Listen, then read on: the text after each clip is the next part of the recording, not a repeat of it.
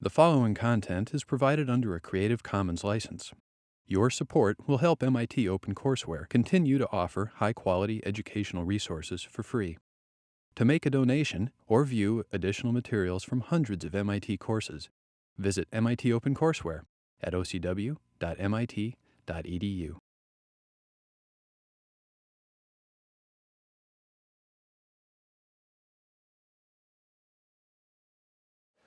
All right, so we began just a few months ago, with this goal of trying to understand the scientific study of human nature, how our mind operates, why we behave the way we do, from the brain basis, how we see and hear the world, how we think, how we feel, our predispositions to act in certain ways, how we develop from infancy to adolescence to adulthood, through the Middle Ages and into old age, we all hope. The remarkably odd things about human social interactions, which are just amazing, I think, and the challenges that so many people face with a degree of vulnerability in these very kinds of abilities and behaviors. And so it's hard to know, sort of what to conclude on. So I thought I would touch on two things. One, sort of fun to think about, hard to know how to think about scientifically, and one, probably matters to us all the time. So let me talk about this. So when we think about why we do things, how our brain is organized, our mind is organized, we know that we've evolved over a long period of time from other species, and that many things in us reflect this evolutionary history. Cast into a modern, unimaginable world from the viewpoint of biology, right? But here we are, sort of creatures from the past living in an incredibly accelerated, changing environment.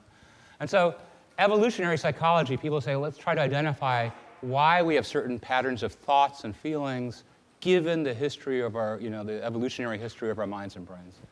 And I'll say a word about that. It's tough in many ways, though, to have as much as you believe that's true, got to be true, very tough to approach scientifically, because often it comes down to people telling fun, interesting, clever stories, right? Very hard to test. So we know it's a big part of who we are, in a deep sense where we came from, very hard to test experimentally. But I'll show you a couple of examples where people have probed this a bit. And then another question is, in the last decade, some people have said, well, so much of psychology seems to focus on the negative, the harm we're willing to do, the stereotypes we're willing to hold. How about positive psychology? How about thinking about what can we learn from psychology to lead a better, happier, more meaningful life? And so I'm going to tell you about the sort of core results about research about happiness. And some of them I think will surprise you. Some of them will tuck in the back of your mind maybe as you think about what will make you happy. I mean, we all want to be happy in a deep sense. We don't know what's on the other side of this life, but we know this is the one we have in our hands. And so, what can psychology suggest that might make you think what's a path to happiness? So we talked throughout this course about the fragile power of the human brain. It endows us with an unbelievable capacity for thought, sight, behavior, vulnerabilities at every stage, from neurological injuries to neuropsychiatric disorders. And again, we know this all has grown through this Paul MacLean triune brain idea, that within us are kind of a version of reptilian brains, within us are simple mammalian brains, and then finally the primate and human expanded neocortex. And that so within us, it's almost as if we represent, in a certain sense, our species history, literally in your brain, literally right now, in some complex way of interactions between parts of the brain that have evolved modestly and parts that have evolved spectacularly in humans. And the usual story, and you're used to this in evolution, is that our brains and minds evolved in nature, and natural selection was a huge, the dominating part of the story. Survival of the fittest for passing genes into the next generation, that sort of all stories boil down to that. And I'm going to tell you two specific examples, one that surprised me, and then one that's just sort of fun, I think, in a silly way. So the first one is attitudes towards race and sex. And this came up, and the second one is different attitudes between men and women who might have in terms of sex and procreation. So let me focus on this for a moment. In the last election, you may remember that there was a long, grueling race across the primaries between Hillary Clinton and Barack Obama. And in many ways, this is a huge surprise in the United States because with such a history of racism and sexism, the idea that the two leading candidates are a woman and an African American, right, was just kind of an amazing thing. That we, as much as we have distance to go, that we've come that far. That these were the two candidates on the Democratic side who were, competing state to state across the country, one of whom will become the Democratic nominee and the president. And I got a call from a reporter from the Boston Globe that he was writing a story saying, which is the worst problem these candidates face, sexism or racism? And many of us, and I'm no exception, our egos get turned up when somebody from the press calls because our name will be in the newspaper. We can show it to our friends and family, and and then they know we have a real job, and somebody thinks we know something, right? You laugh. I mean, the graduate students, their parents never understand anything except when their name gets in a newspaper, right? I mean, you know how that is, right? Okay, so.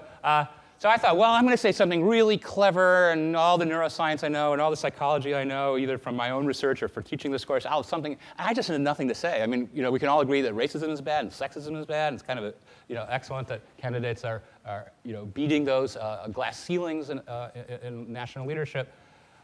We know from research on things like the IAT test that you heard about that both remain a problem. Negative stereotypes of certain kinds remain in our society to this day.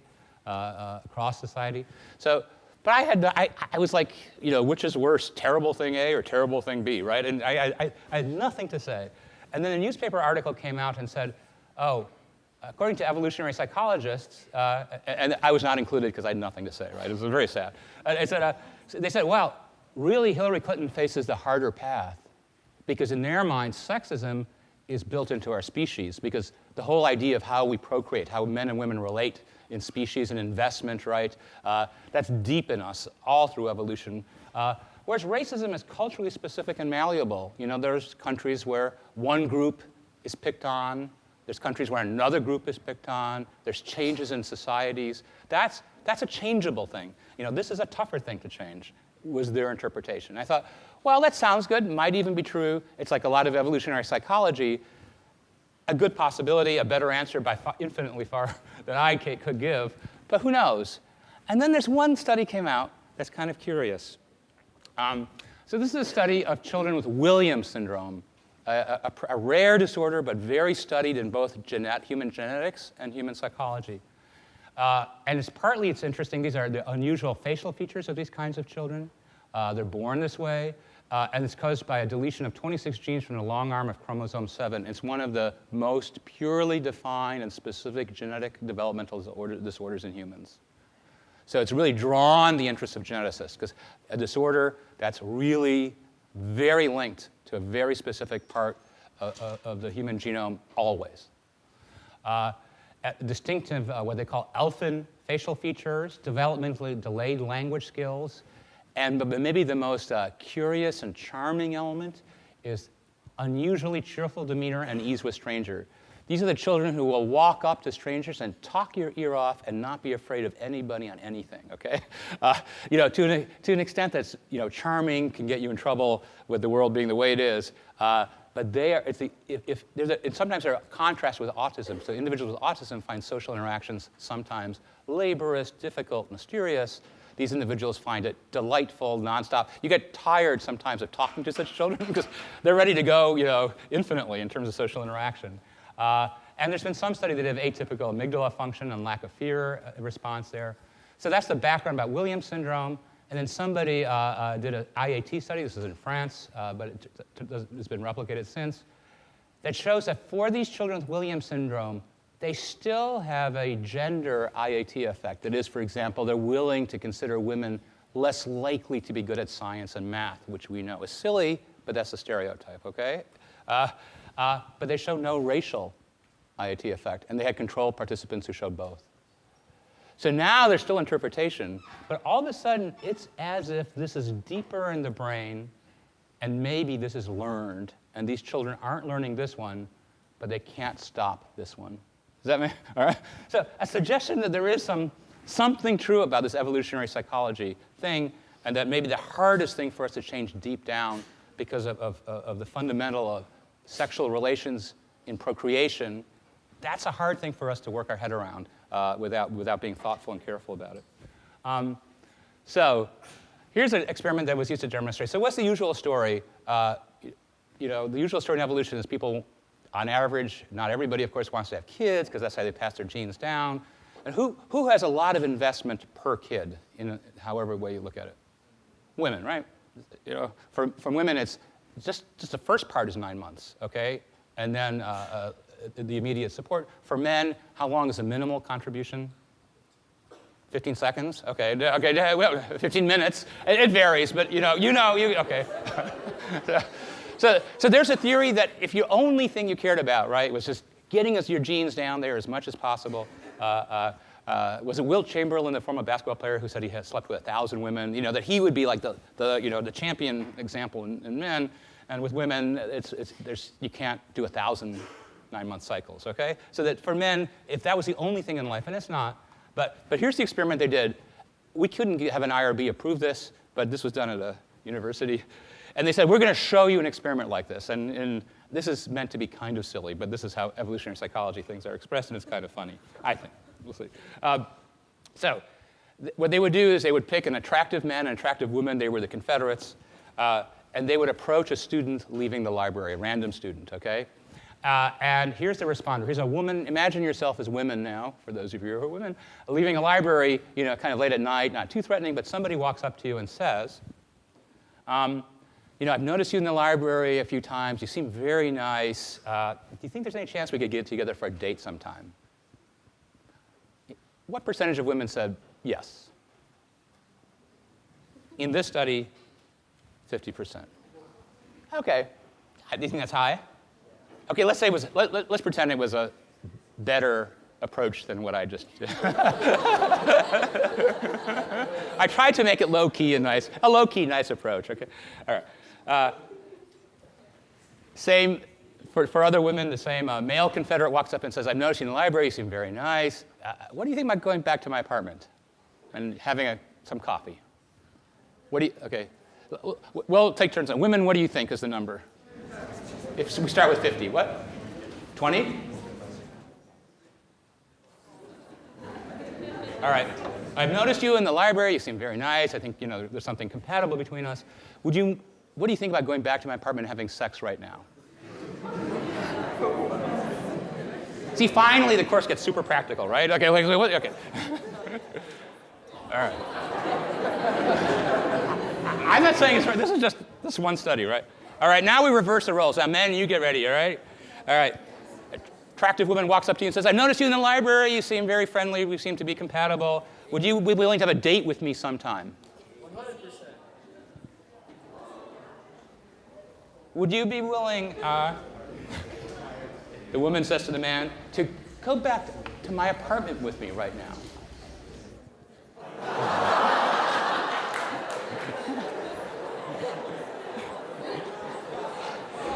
All right, you know where this is going. Attractive woman walks up to the man leaving the library and says, would you go back right now to my apartment and have sex with me this very minute?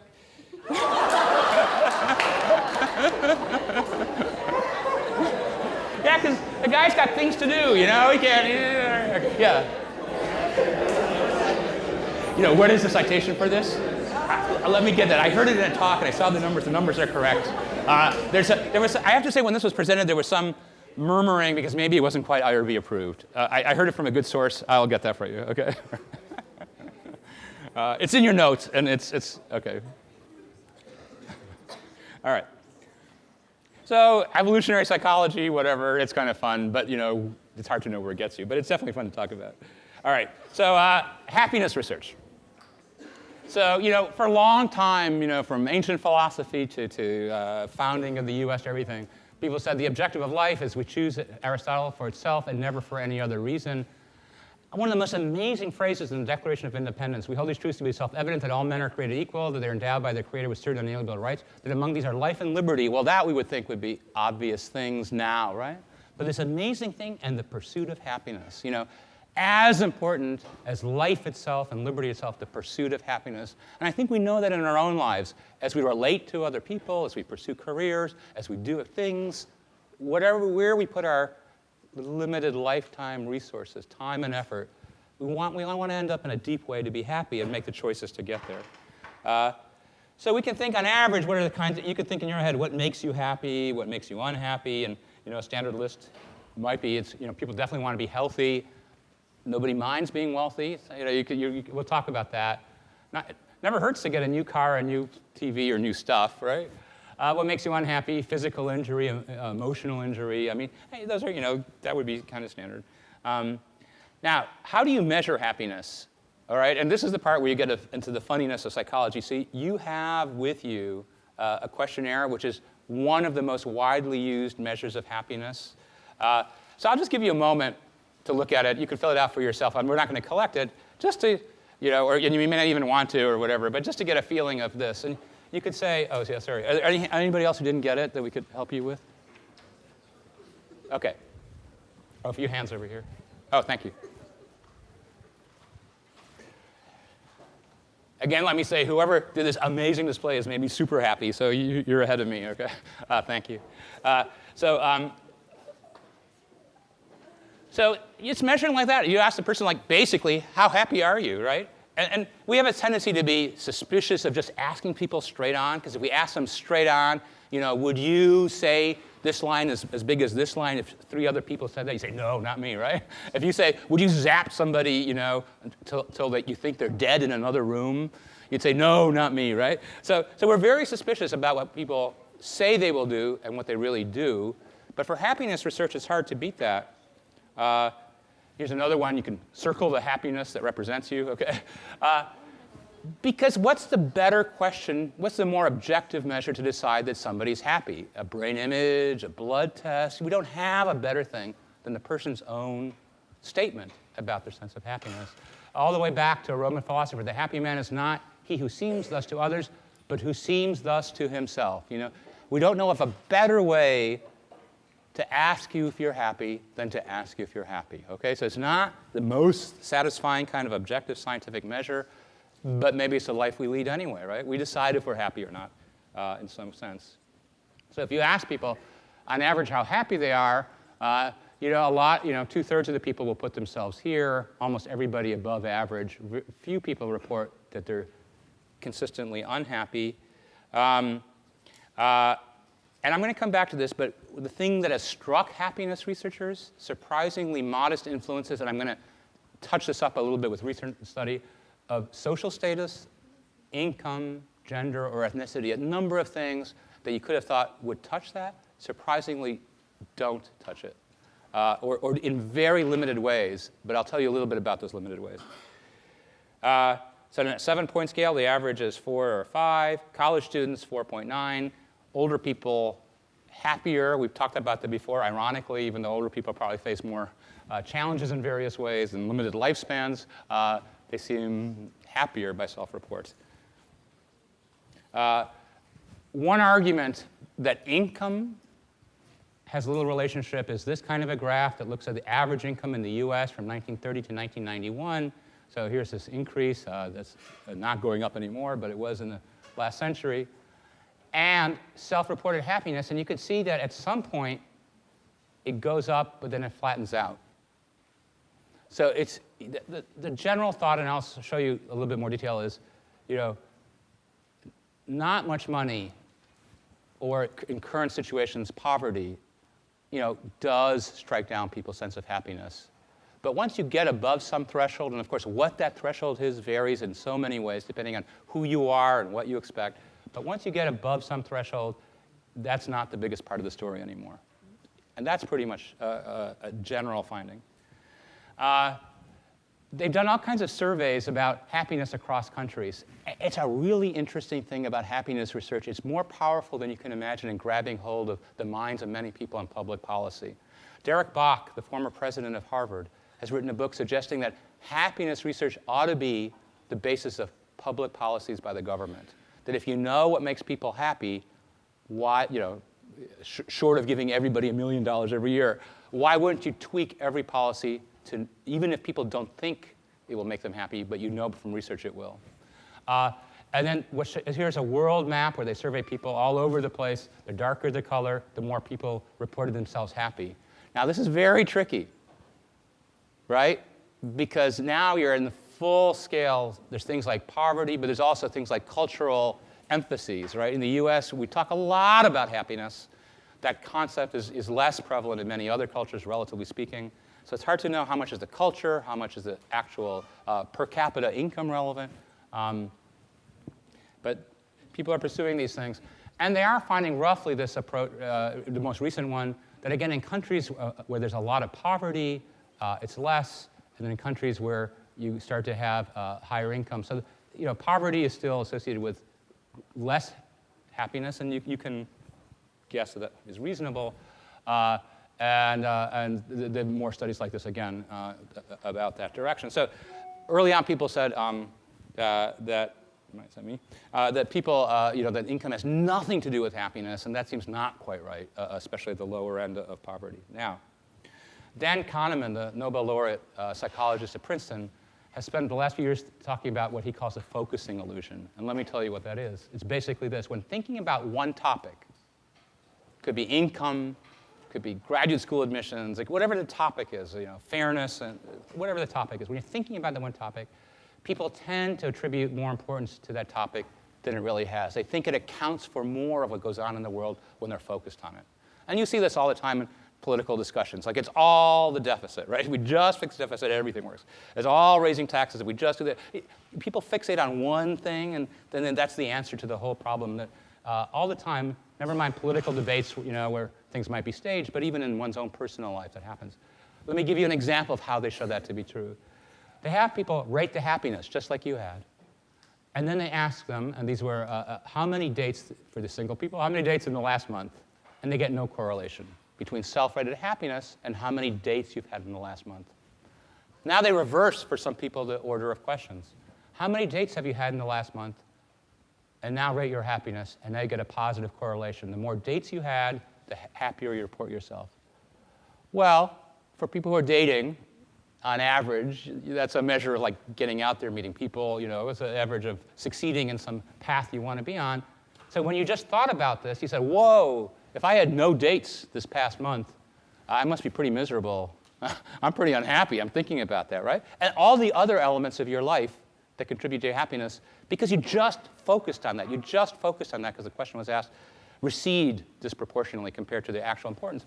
If you go the other way around, how happy you are, and you ask this, there's no correlation, right? Because you're not thinking about this one thing and weighting your overall happiness by this one question or dimension. Does that make sense? Okay. So the order is the whole story. It's that people, when they think about a topic and then think of how happy or meaningful it is, they overvalue that topic because they just focused in their minds on this one dimension. So getting back to this issue of income and how that goes with happiness, here's what they did. The same thing again by asking a specific question and asking your general impression. The same idea. So they said, how was your mood? How bad was your mood the previous day? So here's a specific question about mood. Now, how much time do you think people with various income levels are in a bad mood? And they picked, for example, people making less than $20,000 or people making more than 100. These people who just answered this question said, gee, I don't see anything. Oh, that's right. Thank you very much.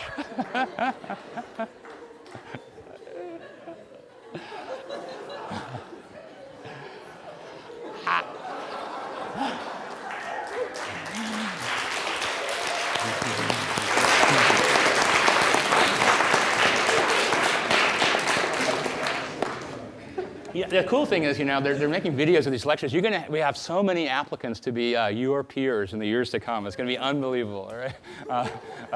So you guys are great. All right.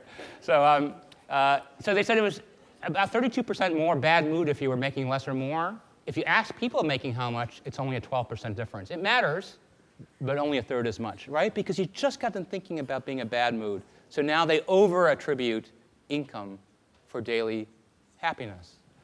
And here's a kind of interesting thing, and it's a trade-off, and it gets us to what is it in your life that makes you happy. So people making over 100,000 spend about 20% more time did I get this reversed? Okay, so people making over 100,000 spend more time, I'll fix the slide up, sorry, spend more time on doing things that they report as being kind of stressful. Work, pressured shopping for the family, pressured childcare situations, what they call obligatory tasks. And people who make less money spend considerably more time doing things that everybody considers fun when they're doing it, socializing or watching TV that you like, okay? So you can see it's kind of weird. It's a little bit of where you put your time and what counts for you to feel happy about something. Everybody's in pretty much agreement that, like you've heard about almost everything, twin studies suggest the set point of happiness, whether you rate yourself as always super happy, moderately happy, or somewhat grumpy, seems to be about between 50 and 80% heritable. So it's as if a piece of us is born to be super happy, medium happy, or chronically grumpy, okay? There's not a better or worse way to be, right? Okay, so that people will call this a set point. So of course things happen on a day-to-day basis, on a moment-to-moment basis that push you up or down in happiness, of course. You get good news, you get bad news, you have fearful things, joyful things coming up. But the idea is that people tend to get back pretty fast to the set point, their level of whatever that is, of chronic, constant happiness. And this is kind of an amazing finding. So let's take a look at that and add one more point. So here's extroverts by personality measures and introverts. And extroverts report themselves as being happier. So that's a set point example, a personality thing that seems to go over time. But they share the bumpiness of the week. Here's how happy they are on Monday, Tuesday, Wednesday. Whoa, a weekend approaching. And the misery of Sunday when the weekend is over. so you can see in both things. Of course, they're responding to the work week cycle of heavy work, anticipation of the weekend itself, and anticipation of the workday, right? Both groups do. But the set points seem to be a little bit different, the chronic constant level. Now, there's been a bunch of ideas about a question about whether people can be too happy. Can a person be too happy? And here's what they find, that if they take people who say, I'm super, super, super happy, and you ask them what's going on in their life that makes them super, super happy, those people often report that it's close relations to other people, and often good deeds or volunteer work is the thing that's making them super, super happy. A little less happy on average, but still pretty happy, are people who have higher incomes, higher education, and more political participation. Okay? All right. So look at these two things, and you can say in your own life, as all these things will matter. But which is the model of success for you in your heart? The human relations and doing good, or the sort of income, education, active in your world thing. And it's not one is better than the other. It's not that you have to choose one or the other. But it seems like people will tend to focus more on one or the other. All these things are matter, okay? But where you put your heart, it's easier, or you end up doing this if you're on the most extensive happy. So maybe if you want somebody to do a certain thing for you, you don't want them to be so happy. They have to be a little bit grumbly about stuff, right? If you think the world's perfect, you're not going to fight for political change, right? Okay. What makes us happy? And it turns out, in interesting ways, it's more complicated than you'd think. And so it's worth thinking about, because your first intuitions might not pan out. So here's an example, but I want to tell you this. I'll remind you of this again, and then switch to an everyday one. So one part of happiness is that when we reconstruct what made us happy, what made us happy growing up as a child, what made us happy as an adolescent in high school, what made us happy last year, last month, last week, that's all out of memory. That's not the current moment of joy or frustration. That's your sense of what was it all about? Where was I in terms of happiness? And so Kahneman again did this work with looking at pain ratings during a dental procedure. And he said, what determines your memory for how painful it was? And the two values were the peak of the pain and the ending intensity. So that if you added a little extra pain at the end, people actually rated the whole session in memory as less painful. Okay, you add some mild pain at the end, rated as painful, okay? But because it was mild, because the last number that goes in their algorithm in their mind is the strength at the end, and the other number seems to be the peak, he could predict pretty well how you would rate the painfulness of the entire session. So this shows you that in many ways our minds construct our definitions of happiness. They're not simply our sensory experience. And here's a thing you could think about for a moment. Now, many of you have had jobs or something. You haven't had, most of you, a long work period on a consistent basis. Most of you, I'm guessing. But think about, are you happier at work or vacation? So if you ask most people, are you happier at work or vacation, most people will say vacation. That's why I work 50 or 51 weeks of the year to have that awesome vacation, right? Okay. If they do a study where you carry a beeper on you, and they beep you every once in a while, unexpectedly, and say, okay, 1 to 7, how happy are you? And some days you're at the office, and some days you're on your vacation. What happens? You report yourself happier at work. Okay? On average. Of course. So that's amazing, right? Like, why do we have vacations at all? Not to be miserable, right? You know, I mean, could you imagine an ad that said, like, you know, come to our hotel, you'll be less miserable than another hotel on your vacation, right? That wouldn't work, right? So what do you think's going on here?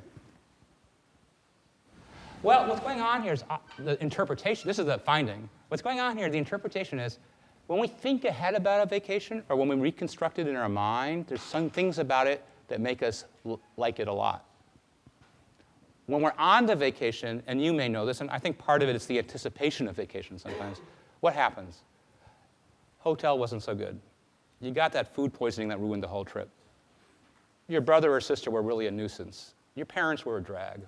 Your parents can't understand why you were so sulky. You know, it's like you didn't have the space to separate out and get yourself, you know, all sorted out. Is it okay? I just something. Not, you know, I had that too as a kid. I mean, sometimes you sort of whatever little conflicts you had at home seem to get exaggerated when you're jammed in together for long periods in cars or rooms or tents or whatever. And then you go back home, and in a couple of weeks you go, man, that was an awesome vacation. I'll never forget it. It means so much to me. And it's not that you're faking it. You really feel that. Otherwise, you wouldn't get ready for the next vacation the next year, okay? So what this suggests is, in ourselves, really, there's at least 2 ways or 2 minds thinking about happiness. One is a moment-to-moment happiness. That's real. And one is a sort of big picture, what is my life about, okay? And I feel like my life about is going to interesting places with people I care about. That's a vacation. So, you know, it's not that it's not that people are hypocritical. It's that in them there's these different dimensions of happiness that are tapped by different moments of thought. Happiness researchers, their most controversial topic, because they can explain almost everything in the story I just told you, is children. So, you know, you talk to parents, and over 33% will say the single biggest thing that's the joy in their life is having children or grandchildren. That's a very common thing. You could say you're surprised it's not more, okay?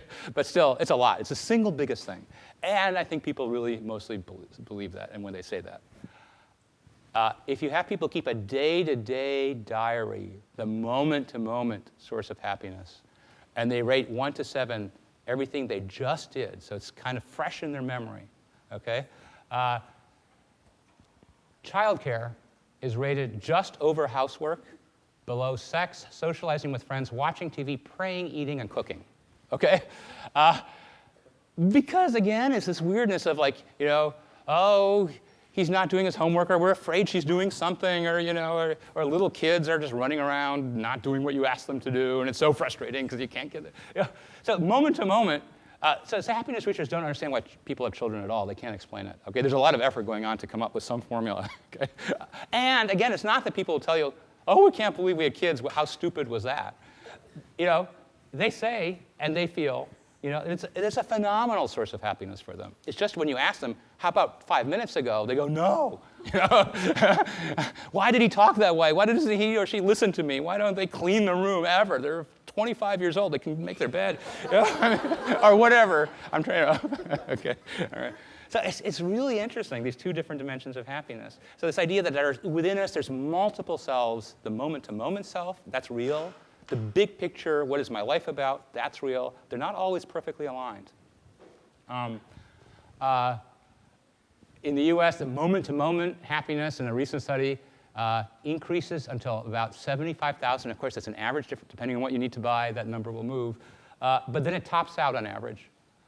But the big picture, emotional well-being, but overall satisfaction keeps going up with income. Now, you have to be very careful on these things. These are all correlations. Everything I've told you just about is a correlation, right? So when you say overall satisfaction, sort of big picture sense of life goes up with income, is it really the income? What else could it be?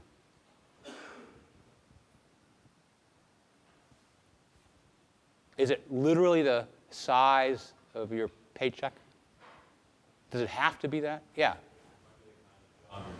It might be the kind of job you're doing on average. And we know there's phenomenally important jobs that are underpaid in this country, okay? We know that. But there's a lot of jobs that are kind of fun to have that are decently paid, okay? Doctors, lawyers, scientists, a lot of people find those jobs to be pretty fulfilling and pretty decently paid. And there's other ones as well, okay? All kinds of jobs are decently paid that can be fulfilling. So it's not necessarily that it's just about literally, if you, $3 more and you're $3 more happy, right? So these correlations are very tricky. But again, the sense that moment to moment tops out at somewhere here, well above poverty, but then big picture keeps going up somewhat. So think for a moment, if you can, just for a moment, think about yourselves 5 or 10 years from now. And when you think about, if you can, just for one moment, specifically imagine in your mind what you might be doing 5 or 10 years from now. And put your hand up if you thought of something pretty positive. A hope. Okay. Put your hand up, Hal, if you thought of something kind of negative. I mean, some of you have, oh boy. Okay, all right. Most people claim they think about positive things in the future rather than fumbling or failing. So how good are people at predicting what will make them happy? How good are people at predicting what will make them happy? What people call affective forecasting. So I'll give you 2 examples, one that's closer to my life and one that might apply to everybody. Actually, I'll tell you a word about this. It's a funny story. If I don't get tenure, I will be sad. If I get tenure, I will be happy. So you know what tenure basically is? You're given a position, a faculty position for a lifetime unless you do something really horrible, right? Okay. So you can't be fired no matter what you do, almost. Okay. And you don't have freedom from that. Okay. So on the other hand, what happens if you don't get tenure somewhere? Do you know what happens? It's not so pleasant, I could tell you. It's not the end of the world at all. But let me just tell you what you know going in. What you know going in is your colleagues are going to meet, they're going to vote, they're going to say no, which kind of hurts because you've been there 5 or 6 years, right? Okay. And then you have to leave town. Okay, you don't have to leave town. There could be another university nearby, but usually because we're so super specialized in our fields, you have to leave town. Okay? And go somewhere else. And you have to tell your parents, I didn't get tenure. You have to tell your friends, I didn't get tenure. And all your friends who you know from work go, oh, I'm sorry you didn't get tenure. For a year, everybody you meet with goes, oh, I'm sorry you didn't get tenure. So you just don't want that, right? Okay, well, it's a moment. I mean, none of us want it. So everybody says, I'd rather get tenure than not. Okay? Would you rather win the lottery than not? Sure. Okay. Happiness researchers love these things. So it turns out that for a couple years after you don't get tenure and all the negativity and leaving town and getting another job, and by the way, some people have not gotten tenure and become amazing superstars. So the tenure process is often incorrect in its evaluation. But 2 years later, no difference in happiness at all. It doesn't really matter in the long run. Winning the lottery, a year or 2 later, no difference either. There's a whole research field that runs out the minute somebody wins a big lottery. And I had a bit of experience on this, although I don't know the ratings, because somebody working in my brother's house won the single largest lottery at that time prize ever for an individual lottery winner in the United States. It's been exceeded since. It was something like 187 million. And she was definitely pretty happy, and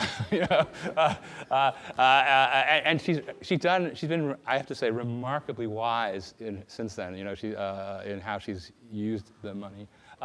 Has been a very stable person, kind of. But there's equal number of stories of people who get into huge trouble. Actually, the most amazing story, it's sort of silly to share, but I think I have a relatively short lecture, so. This was in the news because you know how with the lottery they say whoever wins this will win the single lottery. Okay, so there's a huge number of tickets sold, and some guy, a taxi driver at the airport, because all the news outlets wanted to cover this, and they were trying, who won? And they knew that there was a winner. They didn't know who it was.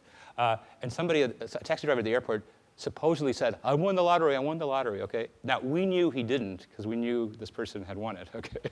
But all the news channels were running after this person, because other cab drivers thought he said that. And then apparently, all the people he owed money to were hunting him down. And he had to hire a lawyer to sort of fight off people. And so he was really miserable. And it was sort of a sad, weird thing to be the lottery winner who didn't get the lottery, right? But everybody thought you did. And there's other stories in towns. These are amazing stories if you follow, where they know somebody won the lottery in the town, but the person doesn't have to come forward. And then you get all this weird stuff because other people start to guess who really has a ton of money amongst them, okay? And they have wrong guesses, and they go and say, like, my mother needs medical surgery, won't you help me? And the person doesn't have the money, or maybe that one does, but most don't. There's only one. And so the whole town gets into huge fights and misery because they're assuming that somebody could do amazing things for everybody, but they're just being mean and not doing it, right? And 90% of their guesses of who that is are wrong. Anyway, sorry. More than you want to know about lottery, but I can tell you that on average, a year or two later, no difference. So it's amazing. You would think, that would make my life if I won the lottery. And probably it does in terms of plasma TVs. But in terms of self-rated happiness, no difference. And here's a more amazing thing in a certain way, although if you talk to patients, not as amazing.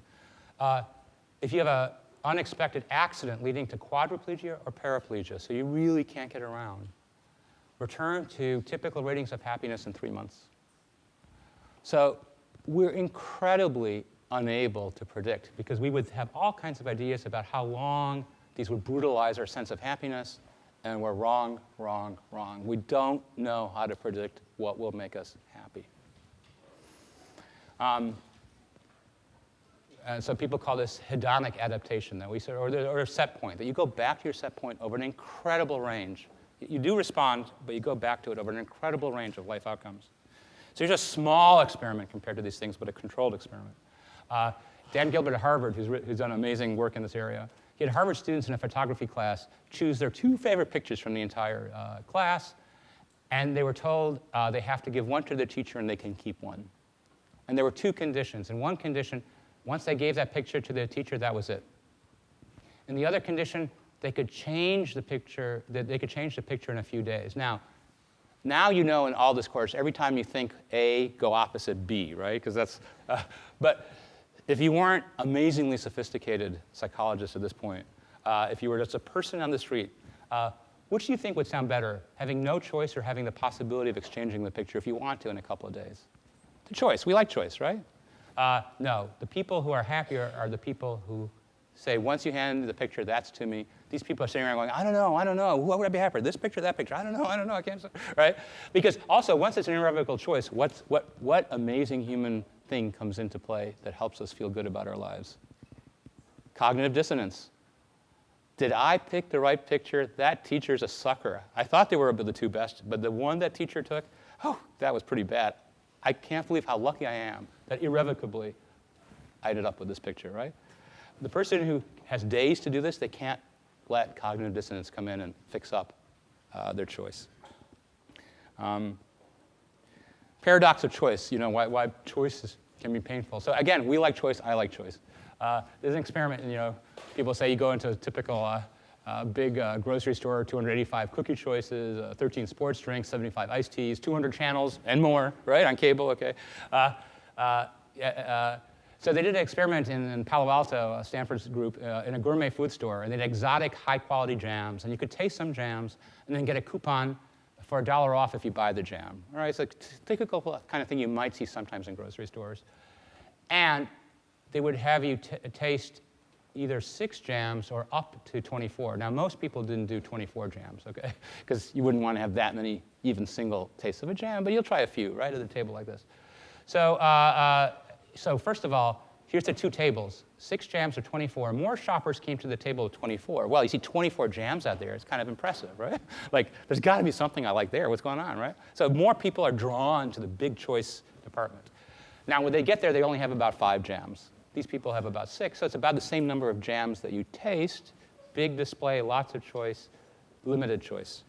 What happens in your actual behavior? Well, if the 6-jam table, 30% of the people purchased a jam. if it's a 24 jam table, only 3% made the purchases. So what do you think happened? We don't know for sure. This is the actual behavior, exactly the opposite. More choices among jams led to less purchases of jams. What's your guess as to what happened? Yeah? The people who look at the 24 jams were in a jam. Were what? They were in a jam.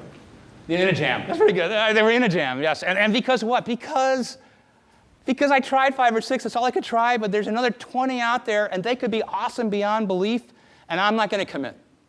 Okay? Because there could be some awesome jam around the corner, and I've only tried 5 or 6, right? So they're overwhelmed. And instead of happily getting a jam, they're jammed up, as you said. And they go, well, who can begin to figure out what's the right jam for me? It's just way too big, right? So all those choices make them less likely to make a purchase than this. Exactly the opposite of what you might intuitively. Too many choices are burdensome. And you might, some things are big, but calling plans. I don't know if you've ever tried to compare calling plans across phone services. But you sit down for a few moments and you just give up. Maybe you don't. Okay. Health insurance things, retirement plans. You just get all these complicated menus, and a lot of people just give up, and they just go like, "What's the cheapest?" or "What do most people do?" Okay. Because it's just too hard to figure out. So when they do surveys of asking people what people think will make them happy, these are the most common answers. If I get into a relationship or a marriage that I like, if I have more flexibility at work, getting a baby if that's what you want, losing weight, cure of a chronic disease, making more money, having more time, advancing in beauty. Okay, this is the list. It's not a surprising list, right? What would make you more happy? And again, we know that happiness set points are about 50%, 10% estimated as circumstances like poverty, things that you can't help in your life, just can't help. But happiness researchers are trying to make the case that about 40% of our happiness depends on what we choose to do. So that's a big piece, okay? It's a big piece. We can't help some things in our genes or in our global environment, but this is almost half. And these are estimates, maybe it's more, but this is the current estimate. And research, over and over again, shows that it's wrong to think that happiness is found, like you get there and here I am happy, that it's in changing in your circumstances. I move in a city, I get a promotion, I meet another person. That's the happiness. And that you either have it or you don't. I'm just a person who's not happy. All these things, the objective evidence is against. And here's what researchers find goes with in experiments and in correlations. Here's their list from as objective evidence as they can get in this kind of work. Time, nurturing relations with family and friends comes out as a #1 thing that plays out. Expressing gratitude and helping others. Whole experiments where if you just did something nice, people feel awesome. In fact, I heard a Berkeley psychologist say, just try to feel unhappy after you just expressed gratitude or helped somebody, and you can't even do it. Okay, I don't know if that's quite true, but experiments have shown that when you have people express gratitude or do something to help others, their happiness ratings go zoom right up. Practicing optimism about the future, savoring life in the present, physical exercise, commitment to lifelong goals and ambitions, a sense that you have a path that makes sense to you, right, as opposed to sort of bumping around from opportunity to opportunity, and something about having an approach to coping or resilience when bad things happen. I mean, I'm sure in some of your lives, heartbreaking bad things have happened. Most of us get some of them.